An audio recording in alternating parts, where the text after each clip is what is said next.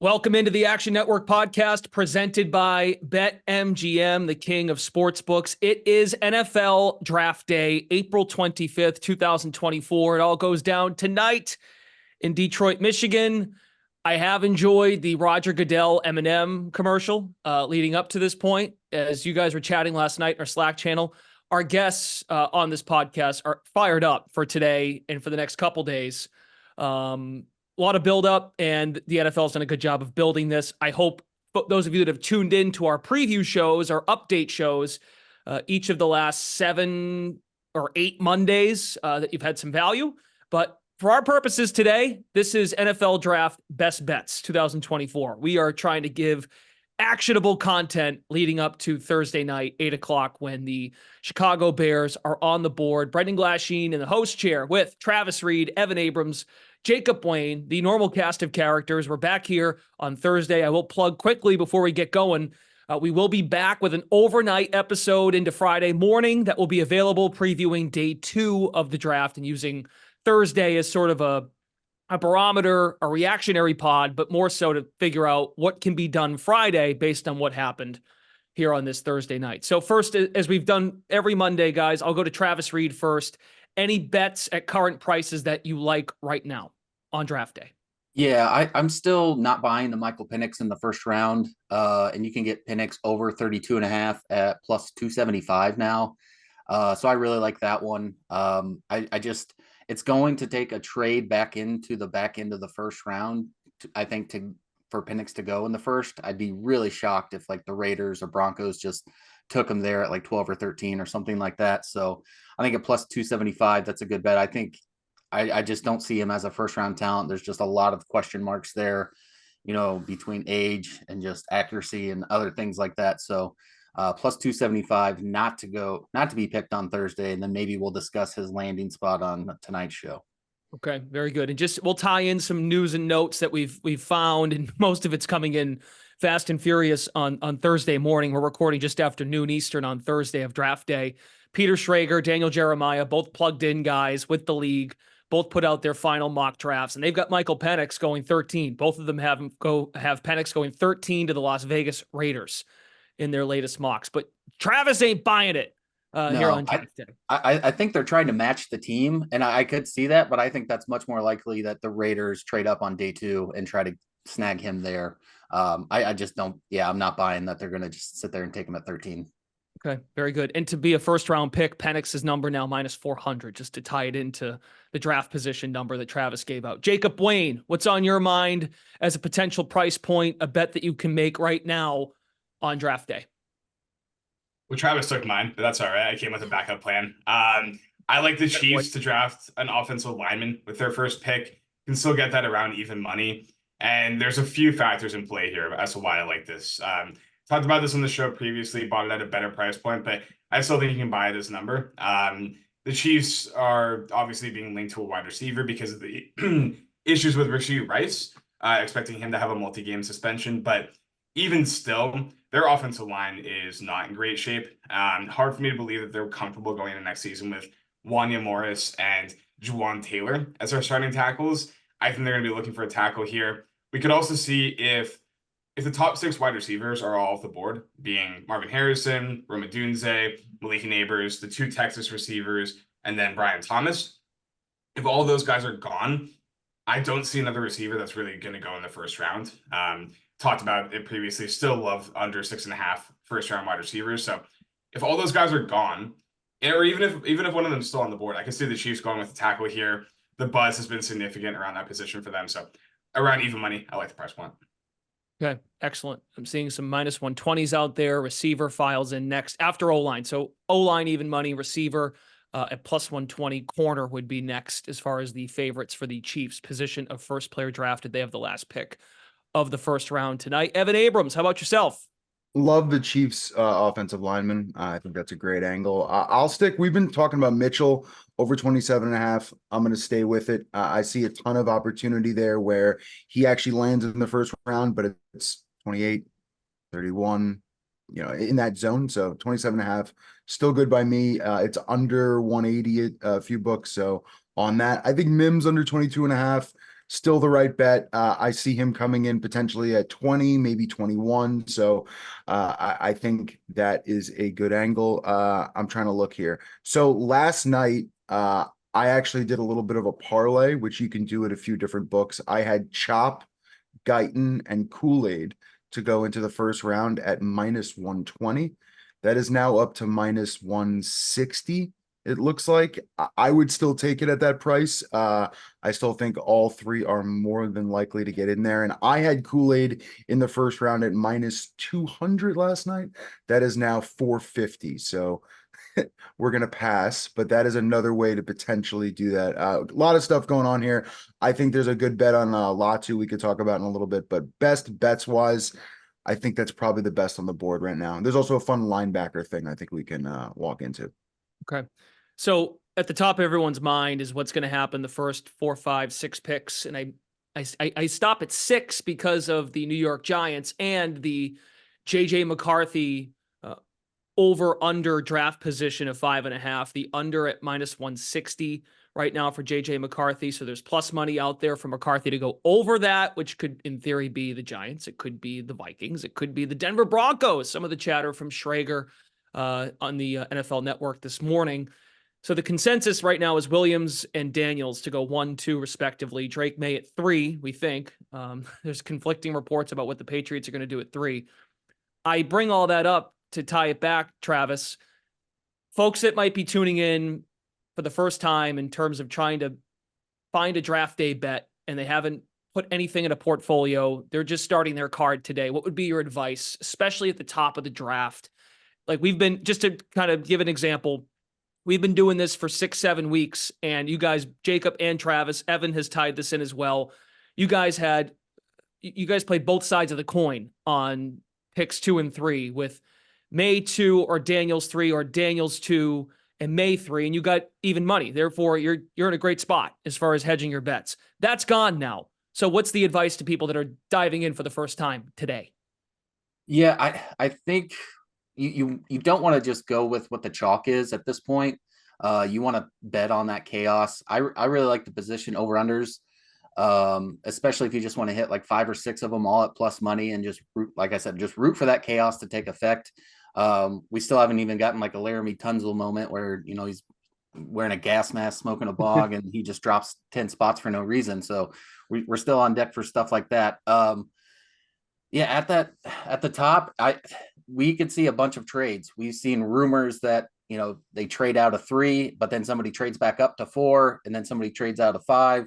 So we could see a lot of movement there. We may see the same 5 guys we think, but it's not in the order that we think. So if you want to take like Marvin Harrison Jr. at 5, for example, I found that at plus 850.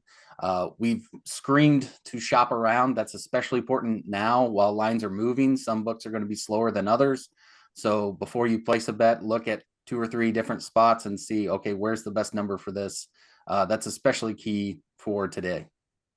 Okay, very good. Jacob, how about you? Advice to the people that might be diving in for the first time, being today, draft day. Yeah, I mean, just embrace the chaos. You know, at this time last year, we all thought Will Levis was going to be a top 3 pick, and he fell to the 2nd round. So I think nobody knows anything. And I think there's going to be surprises tonight. There always are. So if you have an inkling, if you have a gut feeling for something that you can get really good value on, long odds on something, don't be afraid to play it and root for consensus to fail, because it usually does. So I think there's definitely value to be found in different places. Okay. How about you, Evan? Everyone has said very accurate things. The one thing I would add is when looking, so the only way to do this is to read information, right? Because you don't have information yourself and you're trying to take things from information you're reading. So what I would say is if you're seeing like one player going to one place in like 80% of mocks, and then you're seeing some like trickle down effect of like a few other teams, I would start taking shot on the smaller teams. Like if you want to go against what everyone's thinking, I would still try to find pieces of information that might link someone to some place. I think an example would be like Joe Alt right now, right? Like everyone still probably thinks he's going to Tennessee, but maybe the shot to take, which we could talk about in a second, would be like, looks like people think he also could go 11 to Minnesota if Minnesota's still there. So maybe the over 7.5 would be like an interesting bet there as a contrarian point of view. Okay, very good. All right, all good notes. Embracing the chaos was a lead thought from both Travis and Jacob. We teased this Monday, and those that didn't listen Monday or heard, I think it's worth bringing back up. Draft day trades. That market is still there. And Travis, you promised you'd give some thoughts on this with more information, and more time to look into this. Jacob, hold your thought on this because you did some digging on previous years. But the market right now is set at 6.5 draft day trades, meaning today, just today, round one, plus money on the over 6.5 trades. Your thoughts? Yeah, I think I would actually lean over now. Just from what I'm, hearing with all the quarterbacks at the top. And there's also some teams I've seen the Saints been mentioned as a move up team just because they desperately need an O lineman, that they would move up. Washington would move up into the first round to get their O lineman as well. I'm hearing more and more trades for that position and less about the quarterbacks. But yeah, I think if I were to bet on that, I'd take the over now, which is funny because when we first saw that line, I thought this line is ridiculous. I was like, this is way too high. And then Jacob obviously did some research on, how many trades we've had in previous years. And then just with all the, everything that we're hearing, it seems like there's going to be a lot of moving around. Plus, it's nice having Arizona at the top of the board, who just showed us last year they're not afraid to trade back and then trade right back up. So that could get 2 out of 1 team. So it's true. All right, Jacob, give me the goods. Yeah, so average over the last 10 drafts, we've had an average of 5.7 trades. 3 of the last 10 would have gone over 6.5. So it's tended to stay under this number. But 2022, we had 9. 2021, we had 8. So we've had a few that have gone significantly over this number. So historically, recently, over 6.5 would be on the high side. But like Travis talked about, in this quarterback class and some of the offensive linemen, I think we could see some moves up for those positions for sure. Okay. Evan, you have something you want to sink your teeth into about this trade number? I just think it's kind of funny. We've been talking about this for now what feels like 2 to 3 months, and we really haven't had a single deal aside from the Vikings doubling up. And we're like 8 hours away. So it's just like interesting to see when the avalanche is going to come, because I keep hearing 8 trades, 9 trades, 10 trades. So I have no interest in the market itself. I've got enough like invested in trades happening individually. You know what I mean? Like having bets in certain spots, believing that a trade will or won't happen. So I'll sit back and wait. But I'm just so interested in the fact that they've been talking about it for so long. And we're 8 hours away without one. So we'll see. Okay, very good. All right. So and Evan, I'll throw it back to you because you teased something about potentially finding some actionable some bets right now as it pertains to middle of the first, end of the first, when it comes to draft position or position totals. Sure. So one I think is interesting, and it's like been the conversation we started talking about in our Slack last night, which is Latu. Injury history, his link to Atlanta, it looks like in the top 10. And then after that, a potential drop off. So one angle you could take, which is Latu right now to Atlanta specifically in that slot, is about plus 220. And it's about plus 120 for him to go over that 16.5. Now, obviously you have that 8 to 16, which is a large margin. But it really seems like to me, if he doesn't go in that 8 slot, he's going to slide. And we all know why. It's just one team taking a shot. So that was one angle I was looking at in terms of a little bit extra. And then we could talk about the linebacker slot right now if you want as well. To me, really linebackers haven't been talked about much in this draft at all. So when you look at first to go positions and second to go positions, I think there's probably a shot or two to take. Mine would be Trevin Wallace and Jeremiah Trotter. So from Wallace's point of view, I believe he's about 20 to 1 first linebacker, 11 to 1 second, and Trotter is 50 and 25. So a few darts at this point if you're just getting into the game. Okay, excellent. Either of you have thoughts, Travis, as far as if you want to tease anything else you might be dabbing on as far as position totals or potential position totals or draft position? yeah, I'll take another shot of kind of talking about trades. I took Roma Dunze to go 8th at plus 700. And a lot of people, the reason he's kind of a dog to go there is because nobody expects the Falcons to take a receiver. But again, we just mentioned all the trades. They could easily trade out, get one of their defensive players later. Somebody moves up to jump the Bears who have been linked to Odunze. That seems like a good spot for somebody to say, hey, nope, let's get our receiver now. So I think that's good value and something that's still available right now. Jacob, anything else you'd want to throw in there as far as position totals, or just draft props, draft specials in general? Yeah, I think it's worth having the JC Latham conversation.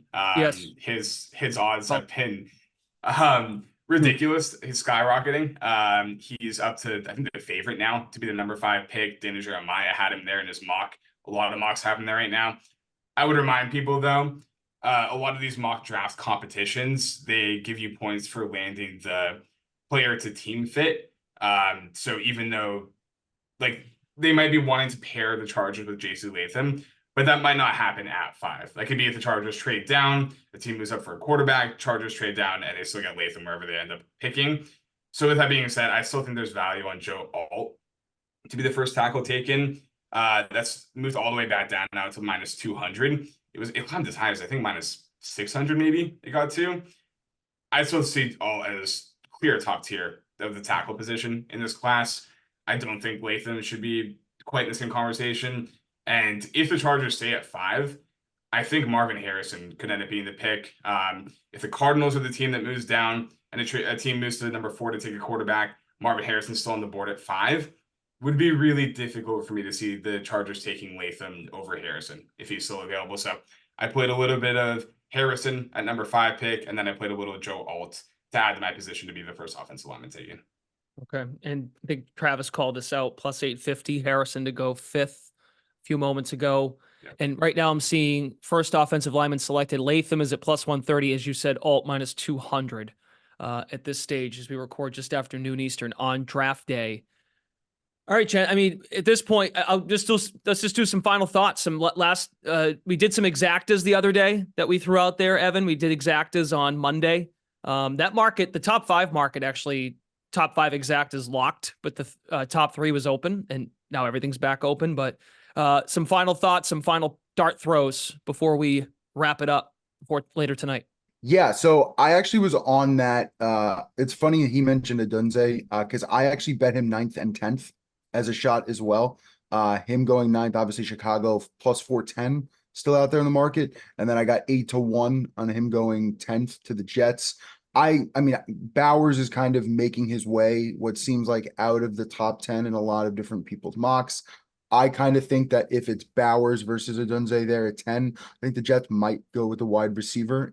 So I like the 8-1 shot. I also, now the conversation between Turner and Latu also has interestingly brought in Murphy as well. So Byron Murphy at 8 at 12-1 was something that probably not going to happen, but I took the shot there as well, considering the conversation and the buildup he's had recently.